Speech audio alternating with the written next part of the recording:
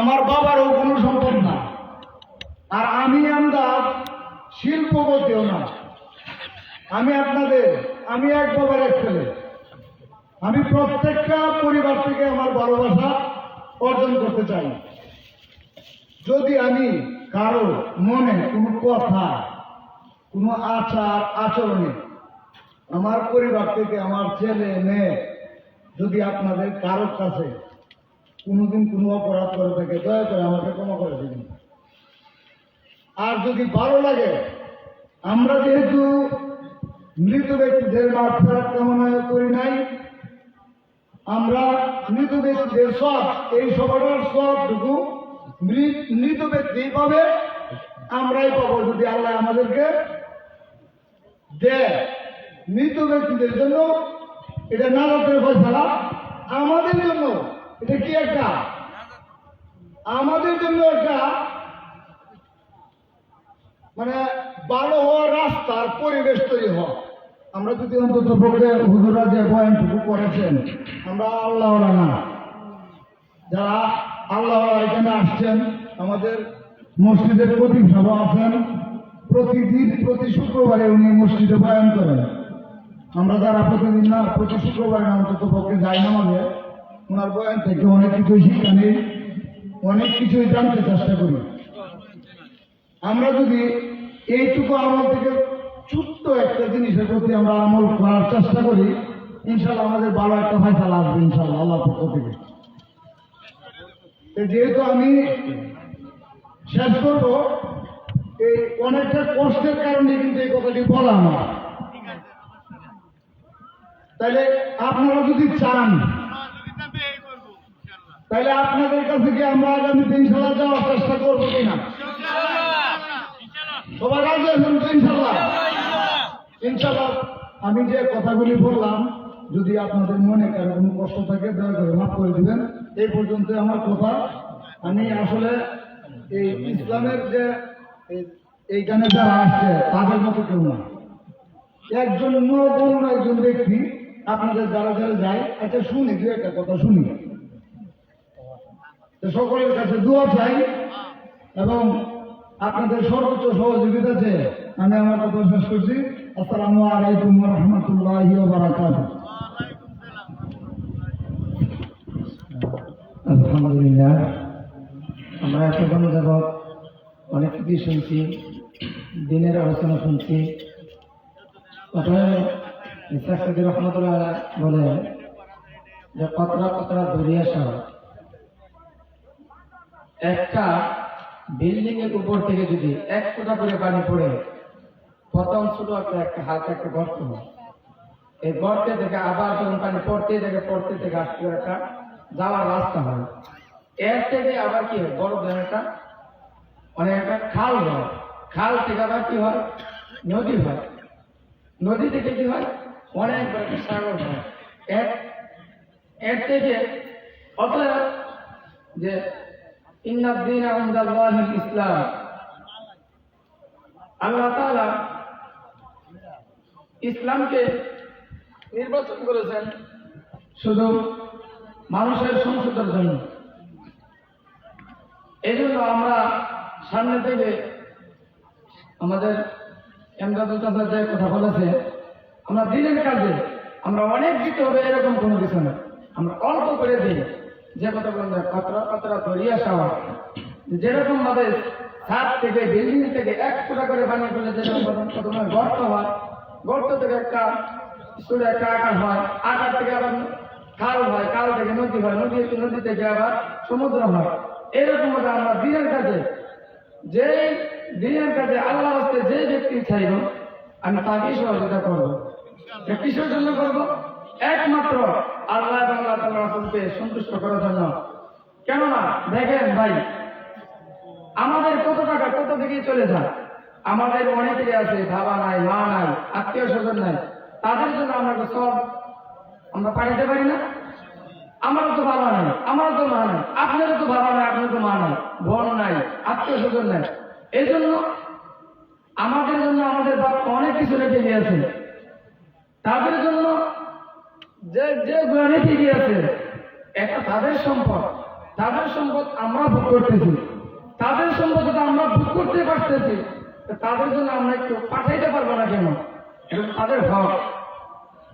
এজন্য আমরা সকলেই আমাদের বাবা মার জন্য, আত্মীয় স্বজনের জন্য, পাড়া প্রতিবেশীদের জন্য এবং নিষ্কিনা যখন হাত বাড়ায় তাদের হাতে আমরা কি করবো? একটু সদর গ্রহণ করবো, তাদেরকে আদর আপ্যায়ন করে বুকে ঘিরাবো, তাদেরকে সহযোগিতা হাত বাড়াবো এবং আমাদের বাপ মার জন্য একটু সহযোগিতা সব একটু পাঠাবো। আল্লাহ তাআলা আমাদেরকে সবাইকে তৌফিক দান করো। এই মুহূর্তে আপনাদের সামনে আমাদের সুপরিচিত মুখ হাফেজ মাওলানা ইমরান হোসেন সাহেব, ইমাম ও খতিব দক্ষিণ বাসারী জানার মসজিদ। হুজুর অনেকক্ষণ ধরে অপেক্ষা করতেছেন, শুধু সময়ের অপেক্ষা, ব্যস্ততার কারণে অনেকে মেহমান চলে আসে, তাদের সম্মান হুজুরকে দিতে পারি নাই। এজন্য আমি হুজুরের কাছে আন্তরিকভাবে দুঃখিত এবং হুজুরের কাছে দোয়া চাই, সামনে যদি আল্লাহ বাচ্চাকে হায়াতে দেয় হুজুরের কথা রাখার জন্য চেষ্টা করবো ইনশাআল্লাহ।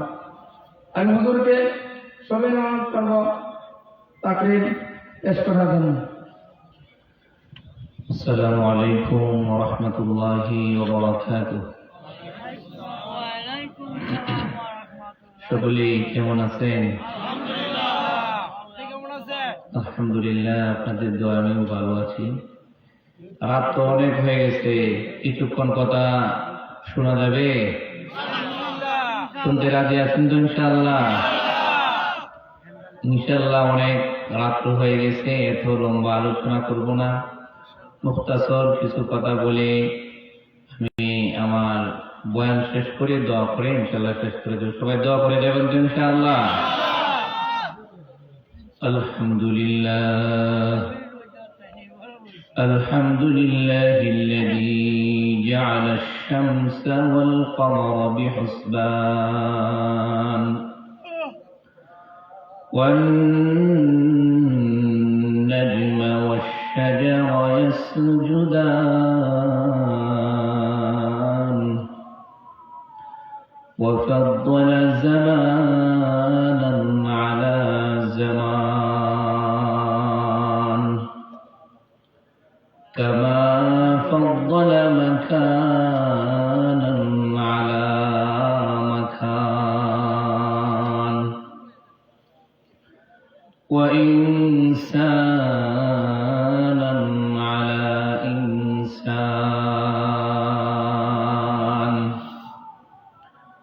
ونشهد أن لا إله إلا الله وحده لا شريك له ونشهد أن سيدنا وسندنا وحبيبنا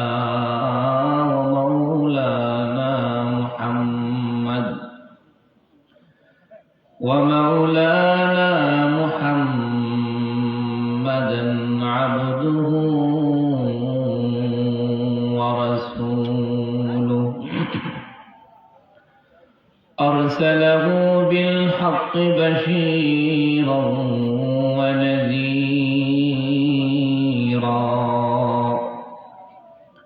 وداعيا إلى الله بإذنه وسراجا وقمرا منيرا أما بعد فقد قال الله تعالى في كلامه المجيد وفرقانه الحميد সকলে আমার সাথে পড়ুন আউযু বিল্লাহি মিনাশ শাইতানির রাজীম বিসমিল্লাহির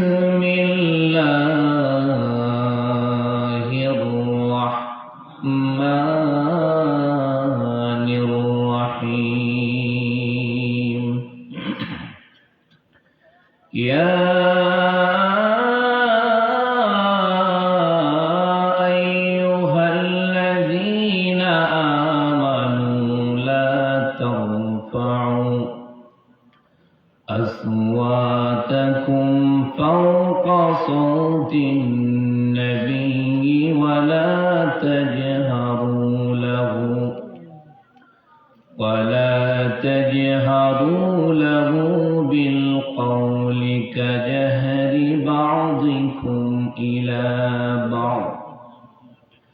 أن تحبط أعمالكم وأنتم لا تشعرون.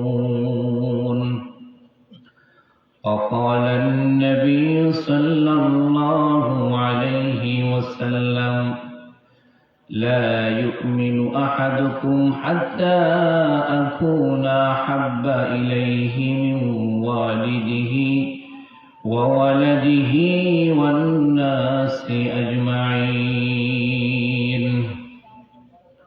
قالوا: سبحانك لا علم لنا إلا ما علمتنا إنك أنت العليم الحكيم.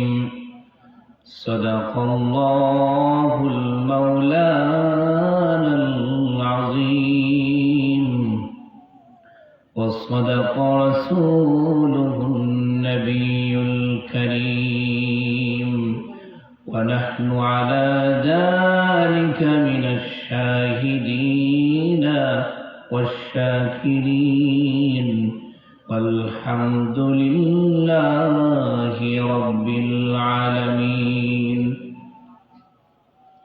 আলহামদুলিল্লাহ, দক্ষিণ ৬২ যুব সমাজের উদ্যোগে এই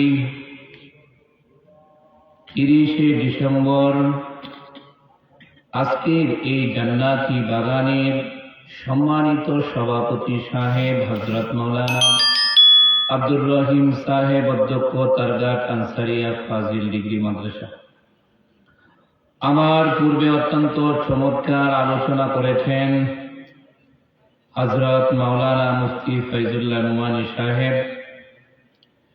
মঞ্চে উপস্থিত আছেন অর্থ এলাকার সম্মানিত মুরব্বী মাওলানা আব্দুল গফফার সাহেব, ওলামায়ে কেরাম। সামনে উপস্থিত আছেন দিন প্রিয়, ইসলাম প্রিয়, কোরআন প্রিয়, আল্লাহর প্রেমিক শ্রোতা মণ্ডলী। সকলকে জানাই আমার অন্তর থেকে আন্তরিক মোবারকবাদ। সর্বপ্রথম শুকরিয়া আদায় করি যে মালিক আমাদেরকে এই কনকনে শীতের মাধ্যমে আল্লাহ তাআলার জান্নাতি বাগানে বসে কোরআন ও হাদিস থেকে আলোচনা শোনায়া এবং বলা, যে মালিক আমাদেরকে ভালোবেসে এখানে বসিয়ে রেখেছেন, এই মালিকের দরবারে খুশি হয়ে বলি আলহামদুলিল্লাহ। দুরুদ ও সালাম সাইয়্যিদুল মুরসালিন, খাতামুন নবীন, আশরাফুল আম্বিয়া, সরকারে দু আলম মুহাম্মদুর রাসূলুল্লাহ সাল্লাল্লাহু আলাইহি ওয়াসাল্লাম। আমি আপনাদের সম্মুখে সূরাতুল হুজরাতের ২ নম্বর আয়াত তেলাওয়াত করেছি।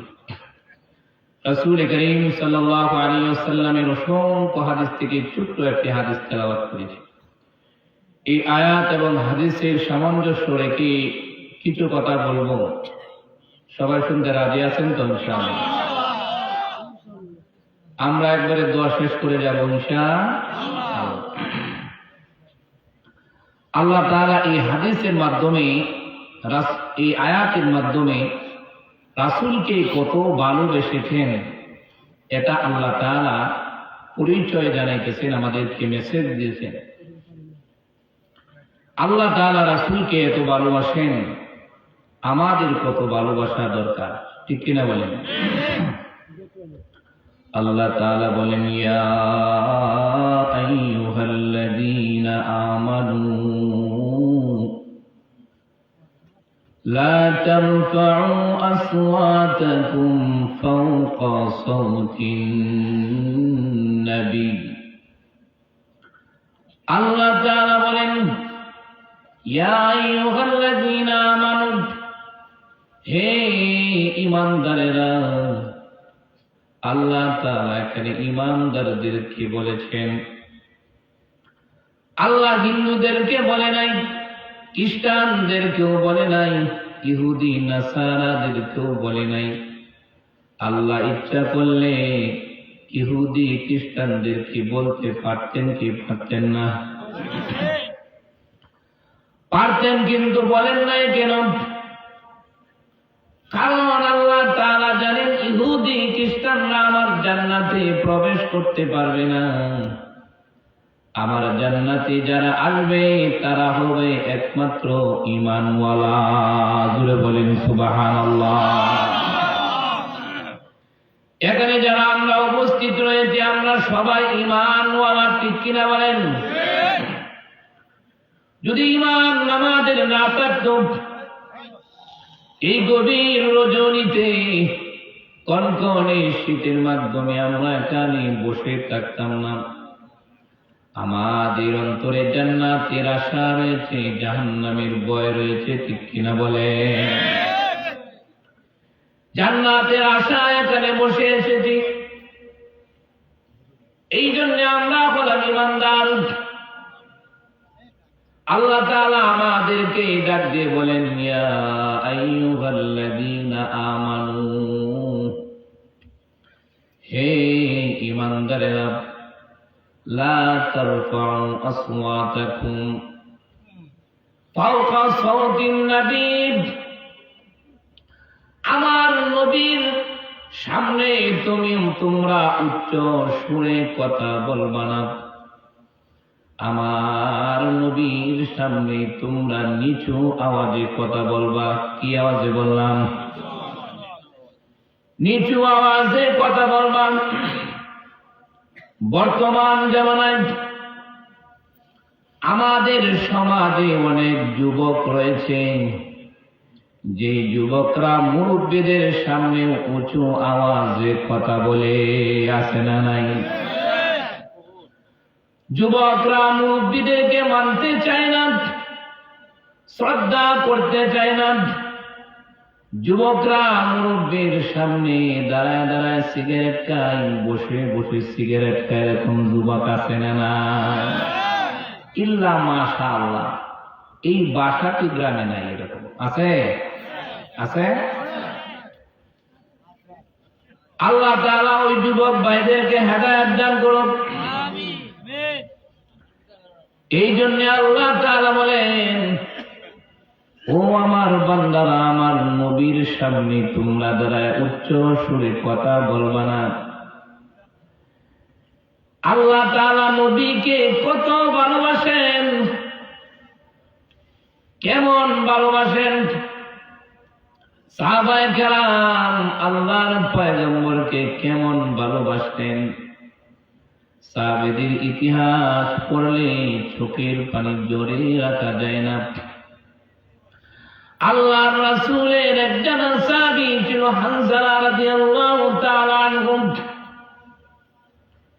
তিনি নতুন বিবাহ করেছেন, বাসর ঘরে তিনি গেলেন, তার স্ত্রীর সাক্ষাৎ হল, কিন্তু এখনো তিনি পবিত্র হন নাই, গোসল করেন নাই। এর আগে কে যেন বলতেছে নবী দুনিয়াতে নাই, নবী দুনিয়াতে নাই, কে যেন বলতেছে। হানজালা বলে, ও আমার বিবি, কে যেন বলল দুনিয়াতে নাই, আমার নবী দুনিয়াতে নাই।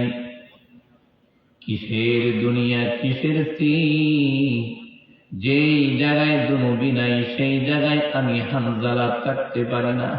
সুবহানাল্লাহ। হানজালা বলেন, বিবি আমার তরোয়াল দাও, আমার যুদ্ধের পোশাক গুলা দাও, আমি নবীর সাথে যা জিহাদ করব।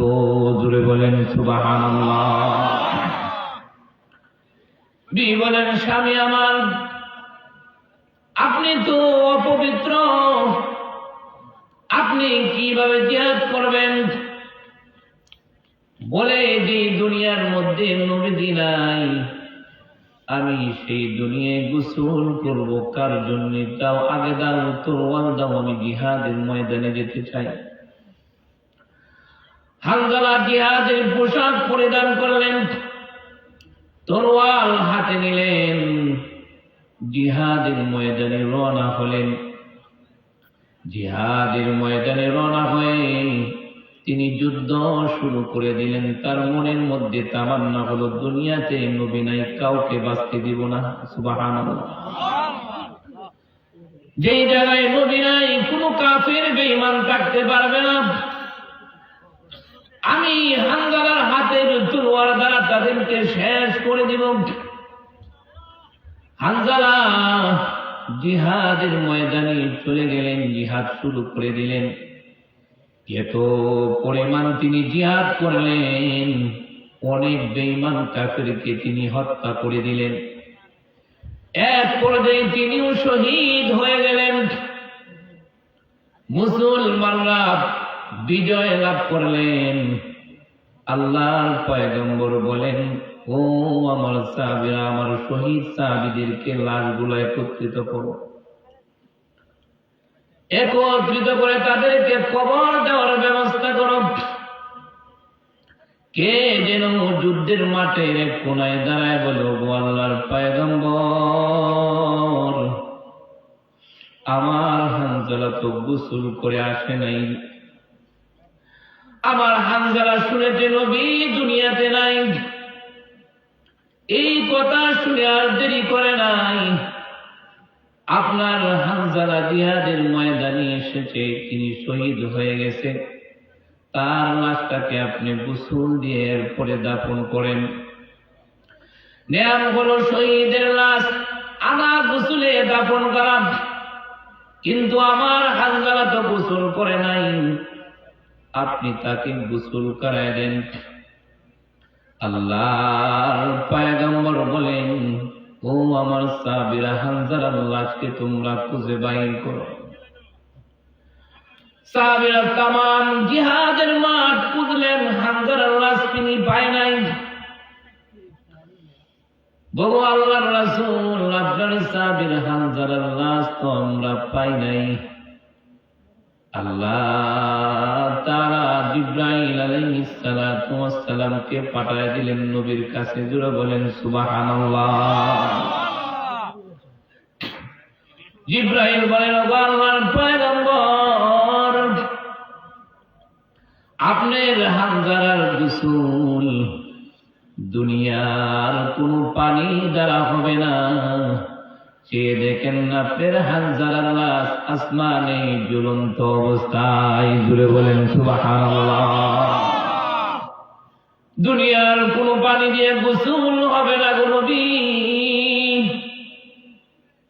আপনার হানজালার গোসল আল্লাহ তাআলা জান্নাতের পানি দিয়ে করায়া দিয়েছেন। সুবহানাল্লাহ।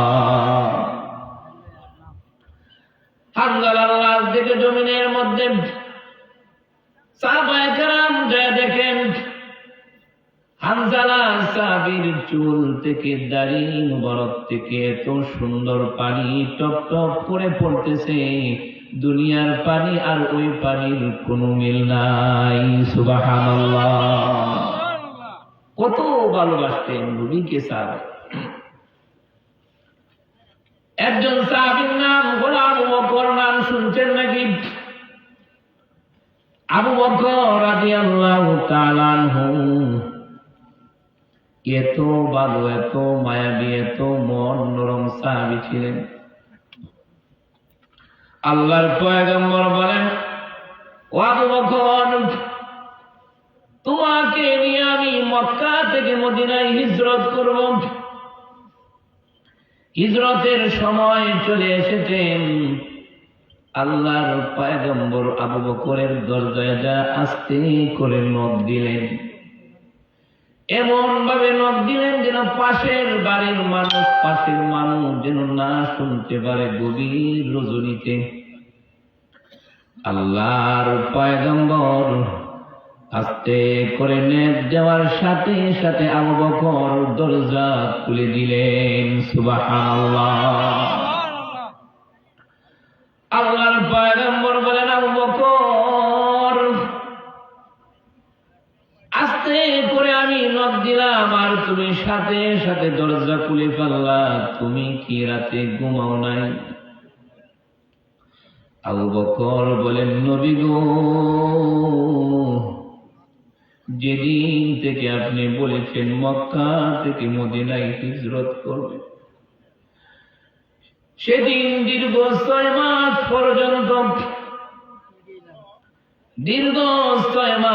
পর্যন্ত আমি নবী ঘুমাই না। যখনই সন্ধ্যা হয় দরজার মধ্যে হেলান দিয়ে, শুধু হেলান নয়, গাঁটটি মাথায় নিয়ে আমি আপনার অপেক্ষায় দাঁড়ায় থাকি। সুবহানাল্লাহ। নবী গো কেন জানেননি আমি দাঁড়ায় থাকি? আমি আবু বকর যদি ঘুমায়া যাই, আপনি রাতে এসে আমাকে ডাকবেন। আমি আবু বকর যদি উঠতে দেরি হয়, আপনার নবীর কষ্ট হবে। যদি আমার দেরি হয়, কাফের বেঈমানেরা আপনাকে আঘাত করতে পারে, মাথায় আঘাত করতে পারে, শরীরে আঘাত করতে পারে। এই জন্য আমি নবী গো, আপনি যেদিন থেকে বলেছেন সেদিন থেকে হেলান দিয়ে দাঁড়ায় থাকি, আমি ঘুমাই না। সুবহানাল্লাহ। আল্লাহর পয়গম্বর আবু বকরকে নিয়ে রওনা করেন, মদিনার দিকে হিজরত শুরু করলেন। মুফাসসিরিনে কেরাম লেখেন, আবু বকর একবার নবীর ডানে যায়, একবার বামে যায়, একবার পিছনে আসে, একবার সামনে যায়। রাস্তা যায় আর এমন করে ডানে যায়, বামে যায়, সামনে যায়, পিছনে যায়। আল্লাহর পয়গম্বর বলেন, আবু বকর তুমি এমন করতেছো কেন? একবার ডানে আসো, একবার বামে যাও, একবার পিছনে, একবার সামনে, কেন এমন করতেছো? আবু বকর বলেন, নবী আমি যখন আপনার ডানে থাকি, তখন আমার মনে হয় বাম দিকে না জানি শত্রু আপনাকে তীর মারে। সুবহানাল্লাহ। যখন বামে যাই, তখন মনে হয় ডান দিকে না জানি শত্রু আপনাকে তীর মারে। এই জন্য একবার ডানে যাই, একবার বামে যাই। যখন পিছনে তাকি, মনে করি আমি আপনাকে সামনে থেকে শত্রুরা তীর মারে নাকি। যখন সামনে তাকি, তখন মনে হয় পিছন থেকে নাকি শত্রুরা আপনাকে তীর মারি। এই জন্য আল্লাহর পয়গম্বর আমার মন মানে না, দিল মানে না। এই জন্য আমি আবু বকর আপনার 4 পাশ দিয়ে ঘুরে ঘুরে আপনাকে পাহারা দিয়ে নিয়ে যাচ্ছি। সুবহানাল্লাহ। আল্লাহর পয়গম্বর আবু বকরকে নিয়ে সূরা পাহাড়ের কাছে চলে গেলেন। ওই পাহাড়ের উপরে একটা গুহা আছে। আল্লাহ বলে দিয়েছেন, নবী গো আপনি রাত্রি যাপন করবেন এই গুহার মাধ্যমে। সুবহানাল্লাহ। আল্লাহর নবী বললেন, আবু বকর এই পাহাড়ে ওঠা লাগবে। সূরা পাহাড়ে তো উঁচু পাহাড়, কেউ যদি পাহাড়ের উপরে ওঠে তাকে পাখির চেয়েও ছোট দেখা যায়, এত উঁচু পাহাড়। আবু বকর বলেন, নবী গো এত উঁচু পাহাড়ে আপনি কেমনে উঠবেন? আমার তো কষ্ট হচ্ছে, আমার তো বড় মায়া হচ্ছে, কিন্তু আপনি নিশ্চিন্তে থাকেন, আমি আবু বকর হইলাম আপনার পালকি। জুড়ে বলেন সুবহানাল্লাহ। আবু বকর নবীর সামনে বসে গেলেন। বলেন, ওগো আল্লাহর পয়গম্বর আপনি আমার কাঁধে উঠেন, কাঁধে লইয়া আপনাকে আমি এই সূরা পাহাড়ের উপরে উঠব। আল্লাহু আকবার। আল্লাহর পয়গম্বরকে কাঁধে নিলেন। কাঁধে নিয়ে আবু বকর সূরা পাহাড়ের উপরে উঠলেন। গুহার কিনারায় যা দাঁড়ায় বললেন, নবী এই গুহার ভিতরে আপনাকে আমি আগে যাইতে দিব না। এই গুহার ভিতরে অনেক হিংস্র প্রাণী থাকতে পারে, সাপ থাকতে পারে, বিচ্ছু থাকতে পারে। আপনি এই গুহার কিনারায় একটু বসেন, বিশ্রাম নেন, আমি গুহাটা একটু পরিষ্কার করে নিই। জোরে বলেন সুবহানাল্লাহ। আবু বকর গুহার ভিতরে ঢুকলেন, ময়লাগুলা পরিষ্কার করলেন। ময়লাগুলা পরিষ্কার করার পরে দেখে ছোট ছোট অনেকগুলা ছিদ্র রয়েছে। দেখবেন যদি উঁচু মাটি থাকে ইঁদুরে অনেক কিছুই ছোট ছোট গর্ত করে কি করে না, অনেকগুলা গর্ত। আবু বকর রাদিয়াল্লাহু তাআলা আনহু তিনার মাথার পাগড়ি ছিঁড়ে ছিঁড়ে টুকরো টুকরো করে প্রত্যেকটা গর্ত তিনি বন্ধ করে দিলেন। যখন বন্ধ করে দিলেন, একটা ছিদ্র বাকি আছে, কিন্তু আর কাপড় নাই, কি দিয়ে বন্ধ করবে? আবু বকর পাটা বিছায় দিয়ে বুড়ো আঙ্গুল দ্বারা ওই গর্তটা তিনি চেয়ার দিয়ে ধরে রাখলেন। আর বললেন, ওগো আল্লাহর পয়গম্বর, আপনার জন্য গুহা রেডি হয়ে গেছে, আপনি এখন আসতে পারেন। আল্লাহর পয়গম্বর গুহার মধ্যে প্রবেশ করলেন। করার পরে আল্লাহর পয়গম্বর ক্লান্ত শরীর নিয়ে আবু বকরের কোলের মাধ্যমে তিনি শুয়ে পড়লেন। শোয়া মাত্রই আল্লাহর পয়গম্বর ঘুমায় গেলেন। এদিক দিয়ে আবু বকর রাসূলকে চেয়ে দেখতেছেন আর পাহারা দিতেছেন। কিন্তু যেই গর্তটার ভিতরে আঙ্গুল দিয়ে চাপা দিয়ে রাখছিল, এই আঙ্গুলের মাধ্যমে গর্ত থেকে বাইর হয়ে বিষাক্ত সাপ তার আঙ্গুলের মধ্যে কামড়াচ্ছে। তিনি বিষে তরতর করতেছেন, কিন্তু পাও তো তিনি সরায় না। এক পর্যায়ে তিনি কাঁদতেছেন, কিন্তু চোখের পানি বাহির হয়ে নবীর চেহারা মুবারকের মধ্যে পড়ে যায়। পানি পড়ার সাথে সাথে আল্লাহর পয়গম্বর ঘুম থেকে জাগ্রত হয়ে গেলেন। যে বলেন, আবু বকর, তুমি কেন কাঁদতেছ? তুমি কি ভয় পাচ্ছ নাকি? বলে, না না আল্লাহর পয়গম্বর, আমি ভয় পাই না। তবে কেন তুমি কাঁদো গো? আবু বকর বলেন, একটা ছিদ্রের মাধ্যমে আমি আঙ্গুল দিয়ে রাখছি, বন্ধ করে রাখছি, যেন কোনো সাপ বিচ্ছু বাহির না হইতে পারে। কিন্তু আমার বুড়ো আঙ্গুলের মাধ্যমে কোন সাপ যেন কামড়াইতেছে। এই কামড়ের কারণে, বিষের কারণে আমি আবু বকর কাঁদতেছি। আল্লাহর পয়গম্বর বলেন, আবু বকর দাও, তোমার আঙ্গুলটা দাও। আল্লাহর পয়গম্বর তিনার লালা মুবারক আবু বকরের এই সাপের কামড়ের জায়গায় লাগায় দিলেন। সাথে সাথে বিষ পানি হয়ে ভালো হয়ে গেল। সুবহানাল্লাহ।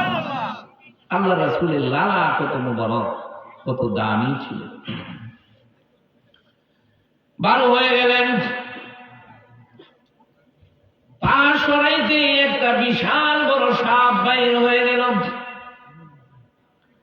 ভায়া বাহির হয়ে সালাম দিলেন, আসসালামু আলাইকুম ইয়া রাসূলুল্লাহ। জোরে বলেন সুবহানাল্লাহ। নবী জবাব দিলেন, সাপ, তুমি কেন আমার আবু বকরের পায়ে কামড়াইলা? জবাব দাও।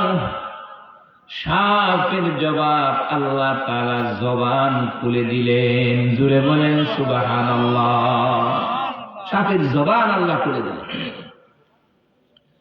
সাপের জবান যখন আল্লাহ তাআলা খুলে দিলেন,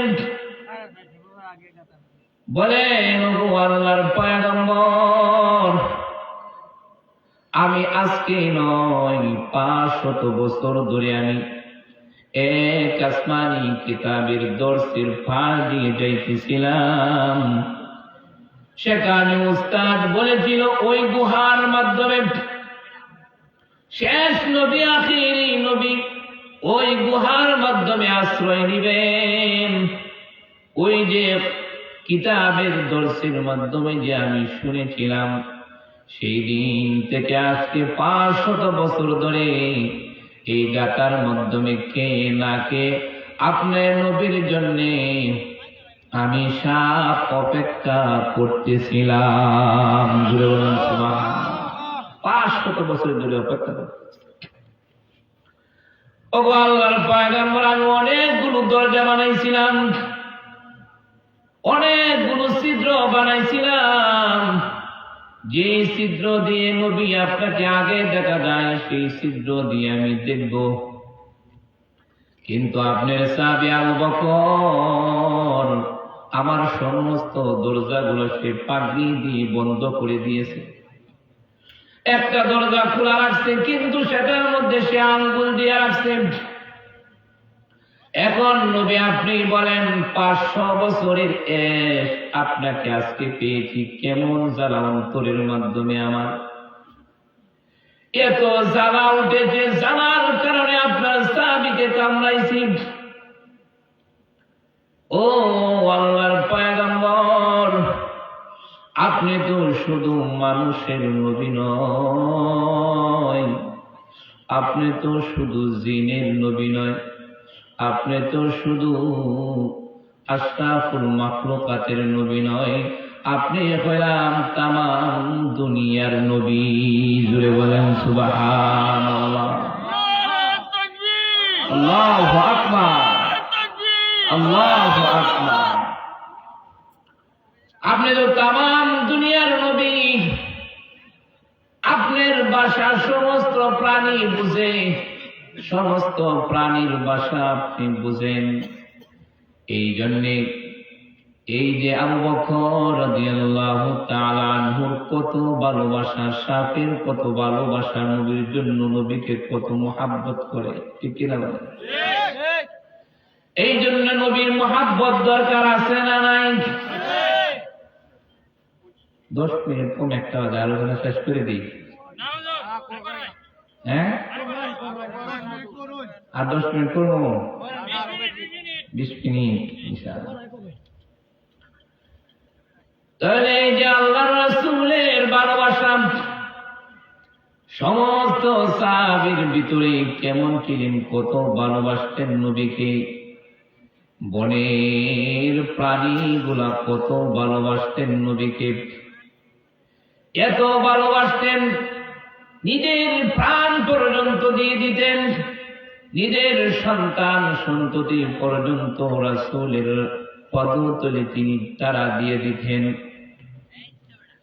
একদিন বেলাল রাদিয়াল্লাহু তাআলা আনহু তিনি আযান দেন, প্রতিদিন আযান দেন, হাইয়া আলাস সালাহ, হাইয়া আলাল ফালাহ। কিন্তু একদিন তিনি আযান দিতেন, হাইয়া আলাল জিহাদ, হাইয়া আলাল জিহাদ। আপনি আমার নবী জিহাদের প্রস্তুতি নিতেছেন, যারা যারা জিহাদে অংশগ্রহণ করিবা মক্কার জমিনে তোমরা ছুটে আসো, এভাবে দাওয়াত দিতেছেন।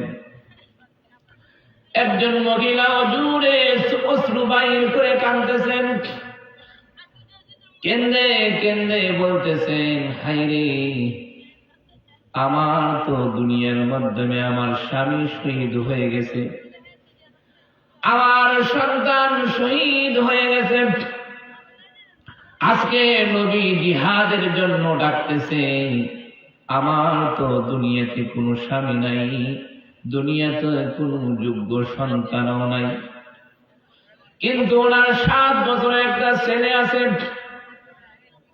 ওই ছেলে বলেন, মা গো, আমি জানি তুমি প্রতিদিন ফজরের আযান হলে তুমি নামাজ আদায় করো, দোয়া করো, কিন্তু আজকে নামাজ আদায় না করে তুমি কাঁদতেছো, কারণটা কি আমাকে একটু খুলে বলো। ওই বাচ্চার মা বলে, বাবারে, বিশ্ব নবী জিহাদের মাঠে যাওয়ার জন্য ডাকতেছে, কিন্তু আর তোমার তো বাপ শহীদ হয়ে গেছে আগে, তোমার তো কোনো বড় ভাই নাই, আমি কাকে জিহাদের ময়দানে পাঠাবো? আমি এই জন্যে, তুমি তো ছোট মানুষ, আমি এই জন্য কান্দি। জুড়ে বলেন সুবহান। 7 বছরের বাচ্চা বলেন, মা তুমি যে আশা করেছ আমি 7 বছরের ছোট বালক হলে কি হবে, আমি সন্তান হয়ে তোমার মনের আশা পূরণ করব। জুড়ে বলেন সুবহানাল্লাহ। যাও, লয়ে যাও, নবীর দরবারে লয়ে যাও। মা সন্তানকে কুলে নিয়ে নবীর দরবারে যে চলে গেলেন। জিহাদের জন্য নাম লেখানোর জন্য দাঁড় করাইছে, কাতার দাঁড় করাইছে। ওই মহিলাদের কাতারের মধ্যে দাঁড়া গেলেন। উমর বললেন, মহিলা, এটা তো মহিলার কাতার নয়, এটা তো পুরুষের কাতার। বলে, আমি তো মহিলা হতে পারি, কিন্তু আমার কুলের মাধ্যমে তো পুরুষ বাচ্চা আছে। উমর বলেন, তাকলে কি হবে? মহিলাদেরকেও যুদ্ধে নেওয়া যাবে না, ছোট বাচ্চাদেরকেও যুদ্ধে নেওয়া যাবে না, বরং আপনি বাড়িতে চলে যান। পীর কথা নবীর কান পর্যন্ত চলে যায়। নবী মহিলাকে ডাকায়, ডাকায় বলেন, তুমি কি জন্য এসেছ? বলে, আমার এই ছোট্ট কলিজার বাচ্চাকে জিহাদের ময়দানে দেওয়ার জন্য এসেছি। জুড়ে বলেন সুবহানাল্লাহ। আল্লাহর পয়গম্বর বলেন, মা ছোট বাচ্চাকে তো নেওয়া যাবে না, মহিলাদের কেউ নেওয়া যাবে না, বরং তুমি বাড়িতে চলে যাও, আমাদের জন্য নামাজ পড়ে দোয়া করবা। কোনোভাবে নবী মানতেছেন না। মহিলা বাচ্চা নিয়ে চলে আসতেছেন। বাচ্চা বলেন, মা আমি তো তোমার সাথে বাড়িতে ওয়াদা দিয়েছি, তোমার মনের আশা পূরণ করব। যতক্ষণ পর্যন্ত আমি তোমার মনের আশা পূরণ করতে না পারবো, ততক্ষণ পর্যন্ত নবীর দরবার ছেড়ে আমি বাড়িতে যাইব না। সুবহানাল্লাহ। যেমন মা তেমন সন্তান। এই জন্য ওই ছেলে মা আবার রাসূলের দরবারে নিয়ে গেলেন। গিয়া বলেন, ওগো আল্লাহর পয়গম্বর, আমি জানি আমার সন্তান দিয়ে জিহাদের ময়দানে কিছুই হবে না, কিন্তু আমার সন্তানকে দিয়ে আপনি একটা কাজ করতে পারবেন। সেই কাজটা হলো, আপনাকে যখন কাফেররা সামনে দিয়ে তীর মারবে, আমার সন্তানকে সামনে দিয়ে ধরে দিবেন। জুড়ে বলে আল্লাহু আকবার। আরো জুড়ে বলে আল্লাহু আকবার। সামনে দিয়ে যখন তীর মারবে, সামনে দিয়ে ধরে দিবেন। পিছন থেকে যখন তীর মারবে, পিছন দিয়ে ডান স্বরূপ ব্যবহার করবেন। এই কাজটা আমার সন্তান দিয়ে আপনি করবেন। আল্লাহর নবী বলেন, না মা, তোমার বাচ্চাকে এরপরেও আমি নবী নিতে পারবো না। বাচ্চা বলেন, নবী গো, আমি মায়ের কাছে বসে বসে দেখেছি, মা যখন চুলার মাধ্যমে আগুন ধরায়, প্রথম ছোট ছোট লাকড়ি দেয়, বন দেয়, নাই তো কাগজ দেয়। ঠিক কিনা বলেন? ছোট ছোট পাতলা লাকড়ি দিয়ে আগুন ধরায়। আগুনটা যখন ভালোভাবে ধরে যায়, তখন বড় লাকড়ি গুলা দেয়। ঠিক কিনা বলেন? এই ছোট্ট বাচ্চা নবীকে বলতেছেন, নবী গো, মনে করেন আমি ছোট একটা লাঠি, আমাকে আপনি জিহাদের ময়দানে পাঠাইবেন, পাঠানোর পরে আমি নবী গো শহীদ হয়ে যাব, জিহাদের ময়দানে আগুন ধরে যাবে, তখন আপনি উমরকে পাঠাবেন, আলীকে পাঠাইবেন, উসমানকে পাঠাইবেন, আলীর হামজাকে পাঠাইবেন, পাঠানোর সাথে সাথে নবী গো জিহাদের ময়দানের আগুন দাও দাও করে বেড়ে যাবে। জুড়ে বলেন সুবহানাল্লাহ। যখন আগুন বেড়ে যাবে, আল্লাহ তাআলা আমাদের কি বিজয় দান করবেন। নবী ছোট বাচ্চার এত সুন্দর মিসাল, এত সুন্দর উপদেশ শুনে নবী আত্মা ঠান্ডা হয়ে গেলেন। নবী ওই বাচ্চাকে সাথে নিয়ে যুদ্ধের ময়দানে রওনা হয়ে গেলেন। সুবহানাল্লাহ। নবীকে কত ভালোবাসতেন। নবীর ভালোবাসা, সাহাবাদের ঘটনা বললে সারা রাত শেষ হবে না, ঠিক কিনা বলেন? এই জন্য নবীকে ভালোবাসতে হবে। আমাদের শারীরিক আরেকটা হলো নবীকে ভালোবাসার পদ্ধতি হলো রাসূলের সুন্নত। কি বললাম? আজকে 10টা সুন্নত বলবো। এই সুন্নত গুলো যদি আপনি পালন করতে পারেন, আল্লাহ তাআলা আপনাকে এই হিসাবে মাফ করে দিতে পারেন। জোরে বলেন সুবহানাল্লাহ। 1 নাম্বার সুন্নত, আল্লাহর রাসূল বলেন, হে আমার উম্মতেরা, তোমাদেরকে আমি 1 নাম্বার নসিহত দিলাম, 1 নাম্বার সুন্নত দিলাম, তোমরা তোমাদের মুখকে পরিষ্কার রাখবা। কি পরিষ্কার? মুখ পরিষ্কার। খুব মনোযোগ দিয়ে শুনুন। আপনার মুখ পরিষ্কার রাখতে হবে, এটা হলো রাসূলের সুন্নাত। আপনি প্রতিদিন 3 বার মিসওয়াক করবেন। 5 ওয়াক্ত নামাজের আগে 5 বার মিসওয়াক করবেন। কয়বার? 5 বার। 5 বার মিসওয়াক করবেন। আমাদের সমাজে এমন কিছু কাচ্চর মানুষ আছে, দেখবেন সারাদিন সিগারেট খাইতেছে, বিড়ি খাইতেছে, মানুষ তার মুখের দাড়ি যেতে পারে না। আছে না নাই? সমাজের মাধ্যমে এমন কিছু মা বোনেরা আছে, স্বামীর মুখের গন্ধের জন্য তার কাছে যাইতে পারে না। আছে না নাই? কিন্তু মা বোনেরা তো বলতে পারে না যে স্বামী তোমার মুখে গন্ধ, এটা বলতে পারে না। কেন বলতে পারে না? যদি স্বামীকে বলে তোমার মুখ গন্ধ করতেছে, তোমার মুখের ঘ্রাণ ভালো না, তুমি আমার কাছে আইসো না, তখন স্বামী রাগ করতে পারে। পারে কি পারে না? স্বামী রাগ করতে পারে। স্বামীর সম্মানের দিকে তাকায় স্বামীকে ভালোবাসে বিদায় বলতে পারে না, স্বামী গো তোমার মুখে তো বড় গন্ধ।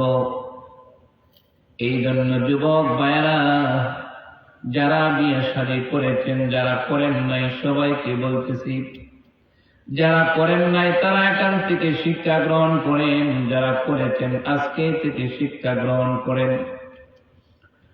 যখন একজন পুরুষ তার স্ত্রীর সাথে, ওয়াইফের সাথে কাছে যায়, তখন 2-4 শরীরটা গ্রাম লাগে, বাস লাগে, তখন কিন্তু মা বোনদের অন্তরটা ঠান্ডা হয়ে যায়।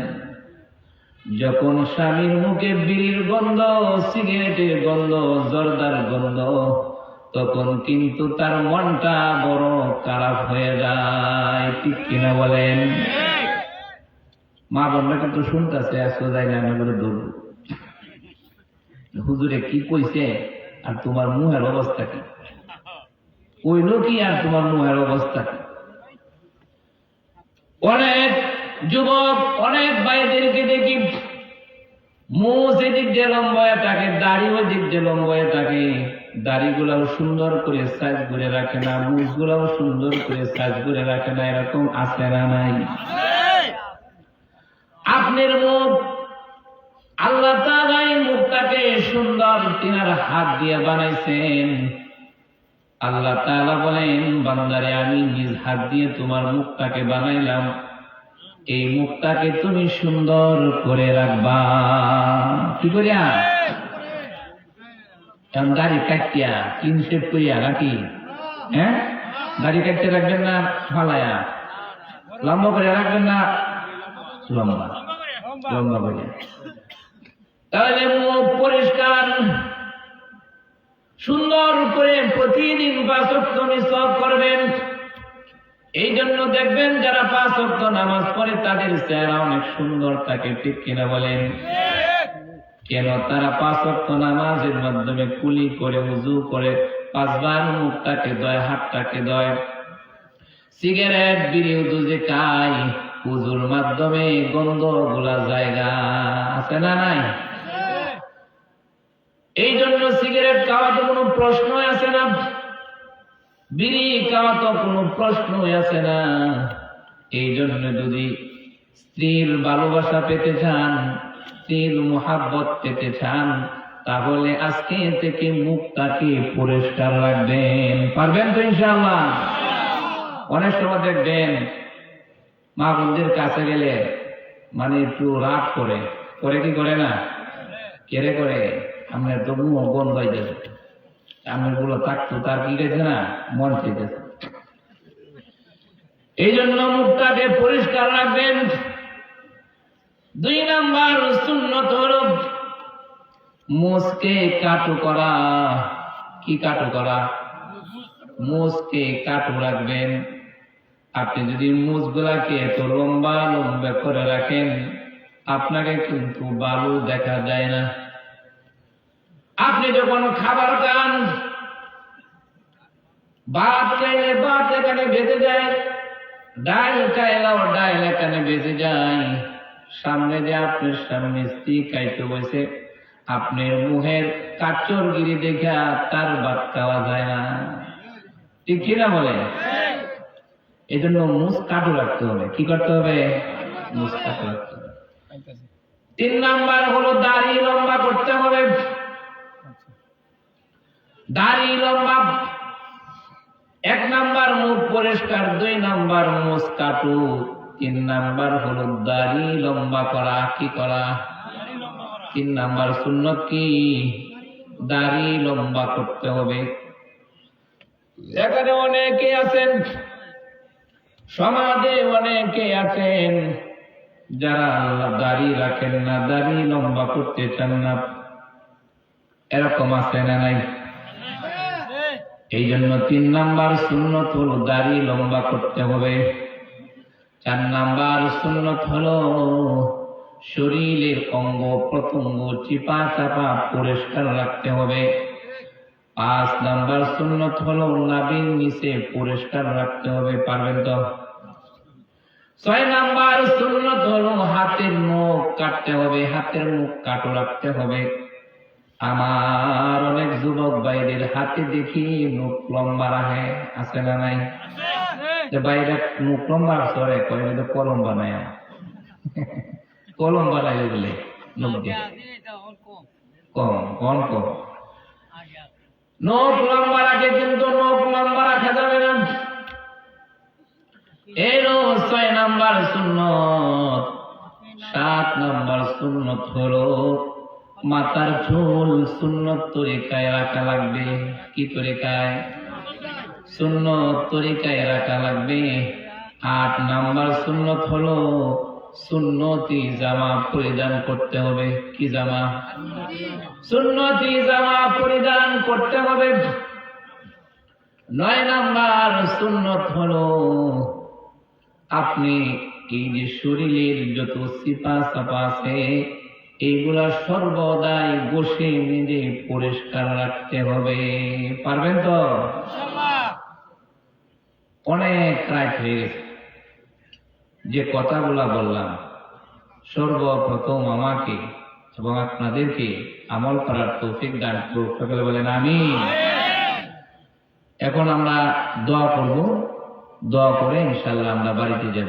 সকলে ইস্তেগফার করি। আস্তাগফিরুল্লাহাল্লাযী লা ইলাহা ইল্লা হুয়াল হাইয়ুল কাইয়্যুম ওয়া আতুবু ইলাইহি লা হাওলা ওয়া লা কুওয়াতা ইল্লা বিল্লাহিল আলিয়্যিল আযীম।